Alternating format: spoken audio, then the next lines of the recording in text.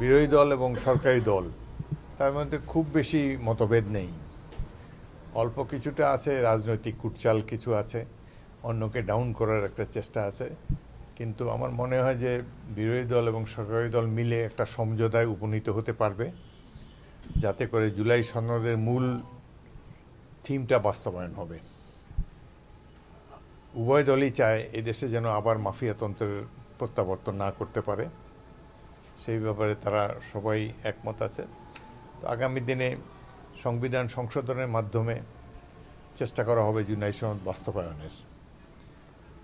দেশে যেহেতু নির্বাচিত সরকার আছে, নির্বাচিত জনপ্রতিনিধি আছে, তাদেরই অধিকার আছে সংবিধান সংশোধন করার, অন্য কারোই অধিকার নাই। তার মধ্যে জনগণ স্পষ্ট ম্যান্ডেট দিয়েছে কয়েকটি বিষয়ে।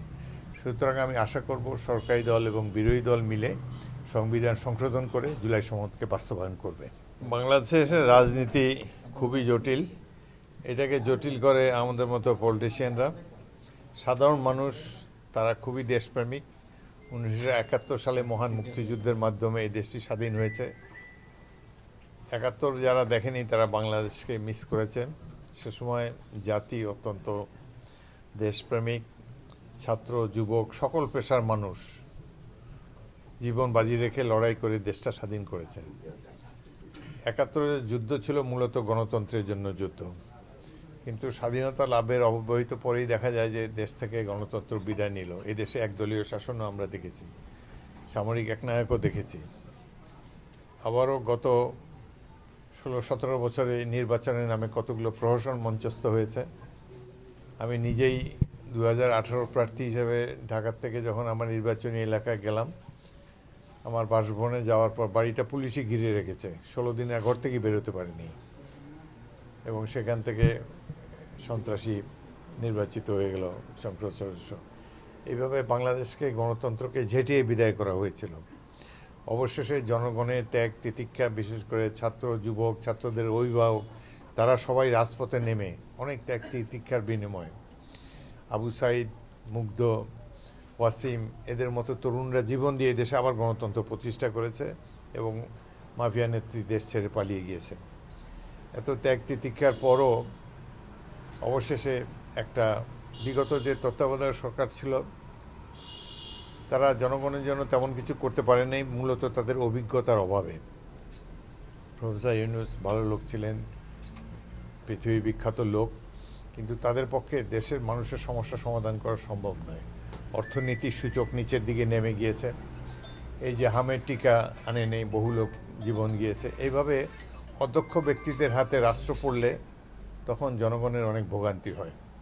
কিন্তু যাই হোক, তারা নিরপেক্ষ সরকার ছিল, তারা চেষ্টা করেছে। অভিজ্ঞতার অভাবে তারা সফল হতে পারেনি। অবশেষে তাদের একটা কৃতিত্ব দেই, তারা একটা সুষ্ঠু নির্বাচন করেছে। আমি বাংলাদেশ সামরিক বাহিনীকে ধন্যবাদ জানাই যে তারা একটা সুষ্ঠু নির্বাচনের ব্যবস্থা করেছে। এখন আবার গণতন্ত্রের ট্র্যাকে উঠেছে দেশ। আশা করব এই রাষ্ট্র সুন্দরভাবে গণতান্ত্রিক পর্যায়ে গণতান্ত্রিক ব্যবস্থার মাধ্যমে অগ্রসর হবে, জাতি সমৃদ্ধ হবে।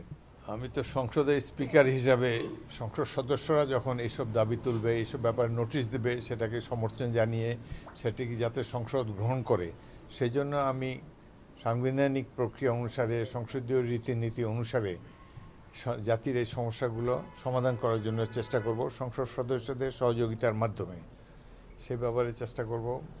বালু উত্তোলন বা অন্যান্য যেসব কারণে নদী তীর ক্ষতিগ্রস্ত হয়, নদী ভাঙ্গন ত্বরান্বিত হয়, এই ব্যাপারে কঠোর ব্যবস্থা নেওয়ার জন্য আমি পানি সম্পদ মন্ত্রীকে ইতিমধ্যেই বলেছি, এবং তারাও এসব বিষয়ে চেষ্টা করবে। এবং ভোলার যে আমরা ইতিমধ্যে সংসদীয় প্রধানমন্ত্রী বলেছেন, বা বরিশালে ওখানে বলেছেন যে ভোলা বরিশাল সেতুর জন্য তিনি চেষ্টা করবেন। আমরা সর্বাত্মক চেষ্টা করব। স্পিকারের কোনো ক্ষমতা নাই, তবুও আমরা সংসদ সদস্য, মন্ত্রী, তাদেরকে ইনফ্লুয়েন্স করতে পারবো যে আপনারা ভোলা দেশের তত সমৃদ্ধ একটি জেলা, এখানে গ্যাসের সবচাইতে বড় রিজার্ভ এখানে রয়েছে। তারপরে ঢাকার লোকেরা যে ইলিশ মাছ খায়, ধান, খাদ্যশস্য এই জেলা উদ্বৃত্ত, এবং বাংলাদেশের আমি মনে করি সবচেয়ে সমৃদ্ধ জেলা হলো ভোলা।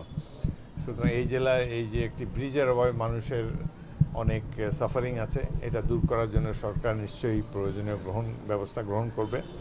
এবং এছাড়াও ভোলা দ্বীপাঞ্চল হিসাবে এখানে চিকিৎসা সুবিধা অপ্রতুল, এখানে একটি মেডিকেল কলেজ হলে জনগণ অত্যন্ত উপকৃত হবে।